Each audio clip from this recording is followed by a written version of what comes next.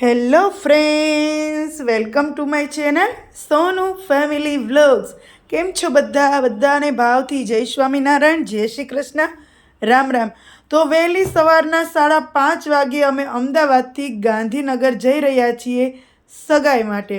તો અમારા આરસી બેન તો તૈયાર થઈ અને પાછા કારમાં સૂઈ ગયા, જે અડધા નીંદરમાં છે, કારણ કે સૂવામાં પહેલાં સમજતા નહોતા રાતે અને અત્યારે પાછા ઉઠતા નહોતા, એટલે તૈયાર કર્યા તો ગાડીમાં પાછા સૂઈ ગયા.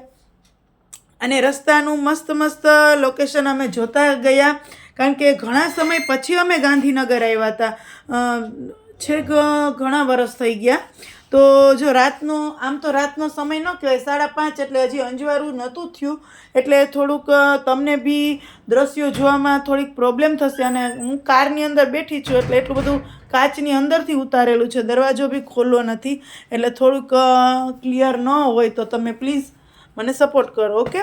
તો સગાઈમાં જવાનું હતું, તો અમદાવાદથી ગાંધીનગર નજીક થાય, એટલે અમે એવું નક્કી કર્યું કે અદાના છોકરાની ઘરે જઈએ પહેલાં બધા, અને ત્યાંથી આપણે જશું, એટલે ત્યાંથી સહેલું પણ પડે અને થાક પણ ન લાગે.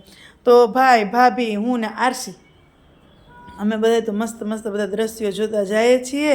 અને એને હજી તો અંજવાળું થયું નથી ને, એક તો આખી રાત વાતો કરી, બધાએ માન ભેગા થયા હતા કાકા બાપાના ભાંડેડા, અને હી હા હા કરી, અને પછી તો સવારે પાછા તૈયાર થઈને નીકળવાનું હતું, એટલે નીકળી પડ્યા. આગળ બીજા અદાના છોકરાની કાર હતી અને પાછળ અમે. એટલે ખૂબ મજા આવે જ્યારે આપણે આપણા પરિવાર સાથે ક્યારેક અચાનકથી કોઈ પ્રસંગમાં ભેગા થઈએ અને રાત્રે બધા ભાંડેડા બેસીને વાતો કરીએ, તો એટલા ખુશ થઈ જાય કે આપણે એમ થાય કે દર વર્ષે એક પ્રસંગ સગાવાલામાં આવવો જ જોઈએ, જેથી કરીને બધા ટાઈમ કાઢીને આવે, એકી સાથે ભેગા થાય અને બેસીએ. બરાબર છે ને? તો હજી તો અંજવાળું નથી થયું, એમ તો વાર લાગે, અંધારું થઈ ગયું. અમે પહોંચ્યા, કાર ઊભી રાખી અને કીધું કે અહીંયા મંદિર છે ને, ત્યાં આપણે પહેલાં જઈએ, એની પાછળનું ગ્રાઉન્ડ છે ને, ત્યાં આપણે સગાઈમાં જવાનું છે. હજી મેન જેની સગાઈ છે એ છોકરાવાળા, એટલે કે મારા દીદીને એ લોકો હજી પહોંચ્યા નથી. અમે વહેલા પહોંચી ગયા, એ બરોડાથી આવવાના હતા, એટલે થોડુંક મોડું થઈ ગયું એ લોકોને. એની પહેલાં અમે પહોંચી ગયા અને શ્રી ઉમિયા માતાજી સંસ્થા છે ગાંધીનગર, ત્યાં મંદિરે પહોંચી ગયા કે ચાલો હજી ઓલા લોકો આવ્યા નથી, તો આપણે ઉમિયા માતાજીના મંદિરે દર્શન કરી લઈએ અને આ સરસ મજાનું મંદિર પણ જોઈ લઈએ. તો વહેલી સવારે તો કોણ હોય, અમારા જેવા કોક હોય, એટલે અમે તો શાંતિથી મંદિરે ગયા અને સરસ મજાના માતાજીના દર્શન કર્યા. આ મંદિર પહેલી વખત જ જોયું અને અમને તો બહુ આનંદ થયો કે અહીંયા પણ આવું સરસ મંદિર હશે અને આવા સરસ માતાજીના મંદિરો. અને અમારા આરસી બેને તો પરિફ્રોક પહેર્યું, એટલે બેન તો તારે એવા ચગલા થાય કે હું તો ચાલી નથી શકતી, મને ફ્રોક મારા પગમાં આવી રહ્યું છે. અને સરસ મજાના ઉમિયા માતાજીના દર્શન કર્યા, આનંદ થયો, બહુ આનંદ થયો. અમે બધા ભાંડેડા પગે લાગવા ગયા, કારણ કે મંદિર હજી કોઈ લોકો આવ્યા નહોતા, તો ટાઈમ બહુ હતો અમારી પાસે, એટલે અમે શાંતિથી દર્શન કર્યા અને પ્રસાદ લીધો. જો અમારા આરસી બેન જો માતાજીને બોલાવે છે, એવી છે વાત પૂછો માં હો. અને એની ભાષા પણ એવી છે ને કે આફેડી વાલી લાગે એવી હે. અને પછી અમે પાછા કારમાં બેસી ગયા અને બીજા એક અદાન છોકરો છે ને, એનો છોકરો હતો, ને પછી અમે જ્યાં સગાઈ હતી ને હોલમાં પહોંચી ગયા. તો ત્યાં છે ને સિસ્ટમ એવી હતી, થિયેટરની જેમ બેસવાની, સ્ટેપ બાય સ્ટેપ. એટલે આ છોકરાઓને એવી મજા આવી ગઈ ને કે આમ હળિયાપટ્ટી કરતા. હજી કોઈ એટલું બધું આવ્યું નહોતું, હજી સગાઈને વાર હતી, જલ દેવાની વિધિ ચાલુ હતી. એટલે બેનને એ બરોડાથી પહોંચ્યા, એના છોકરાની સગાઈ હતી, એટલે જલ એને પહેલાં ફટાફટથી દઈ દીધું, કારણ કે મુહૂર્ત પછી વીતી જતું હતું. અને બહુ મસ્ત તૈયાર થયા અને બહુ આનંદ.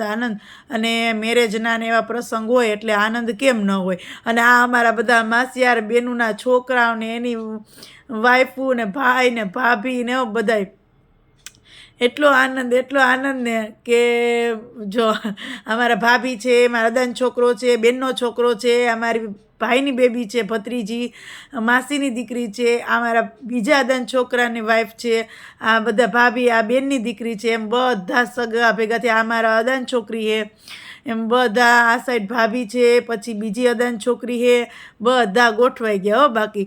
અને સગાઈને હજી થોડીક વાર હતી એટલે આપણે તો બધાને આગળ એને સીટમાં બેસી ગયા અને વાતુના ગપાટા મારવા માંડ્યા. કારણ કે ખબર જ છે ને કે ઘરધણી હોય ને એ બધા વિધિમાં હોય, બાકી તો બધા વાતુમાં જોઈએ ને લાડવાની જ રાહ જોતા હોય. એ કહેવત સાચી છે. એટલે બધા ધીમે ધીમે આવવા માંડ્યા અને હજી વરકન્યા હજી આવ્યા નહોતા. એટલે અમે લોકો અમારામાં હતા, કોઈ ગિફ્ટ લેવા હતા, એ બધી રાખી હતી અને બધું જોતા હતા. અને વ્યવસ્થા પણ એટલી મસ્ત હતી. અને હવે અમે જો વરપક્ષના અમે છાપ લઈ અને જઈએ છીએ.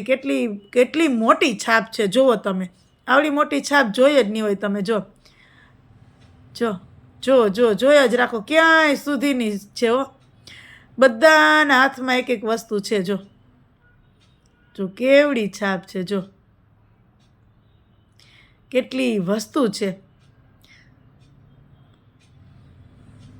ક્યારેક આવા સરસ મજાના પ્રસંગ જોયા હોય ને તો આપણને એમ થાય કે વાહ, બાકી છે હો એમ બાકી.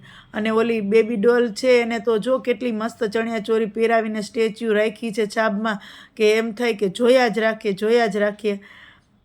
જો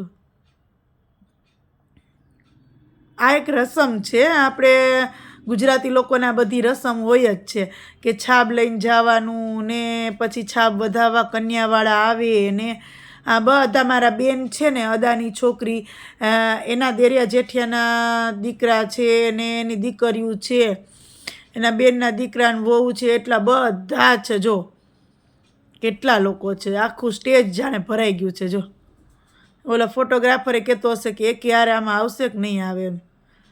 જો આ બેબી ડોલની વાત કરું છું, કેવી સરસ છે. ઓલા ભાઈના જો આના હાથમાં છે એ જો મસ્ત તૈયાર થઈ છે. એટલે ખબર નહીં કેમ બહુ મજા આવી. અને જો આવી ગયા વર કન્યા આવી ગયા. બાકી જોડી એમ છે, એટલી મસ્ત જોડી ભગવાને બનાવી છે કે એને જોઈએ ને તો એમ થાય કે સો ક્યુટ, એમ થાય કે જોયા જ રાખીએ. અને આ પેલી જે છોકરી છે એ તો એટલી મસ્ત છે. અમારે વહુ છે એ, આમ તો વહુ બટા જ કહેવાય ને, બેનના દીકરાની વહુ એટલે. તો એટલી એની મસ્ત સ્માઇલ છે કે એને જોઈને આપણને પણ અંદરથી હસવું, આમ મંદ હસવું આવે કે નહીં બાકી છે હો. એટલે ભગવાને બહુ મસ્ત જોડી બનાવી છે. અને પછી શું થયું, સગાઈ પૂરી થઈ ને એટલે અમારા પક્ષના છે, મારા બેનના જેઠના દીકરીઓને, દેરની દીકરીઓને, એને મસ્ત ડાન્સ કર્યો. જો વાહ રામજી जोड़ी क्या बनाई, भैया और भाभी को बधाई हो बधाई, सब रस्मों से बड़ी है जग में दिल से दिल की सगाई, आपकी कृपा से शुभ घड़ी आई, भैया और भाभी को बधाई हो बधाई. મસ્ત સરસ મજાના સોંગ સાથે આ છોકરીઓએ ડાન્સ કર્યો છે. કોઈ કે આપણને એના તરફથી નજર હટે જ ને, એમ થાય જોયા જ રાખીએ. ડાન્સ એટલો બહુ સરસ રીતે કર્યો છે, એટલો મસ્ત આમ ફ્રી માઇન્ડેડ અને એકદમ આમ એન્જોય સાથે કરેલો છે.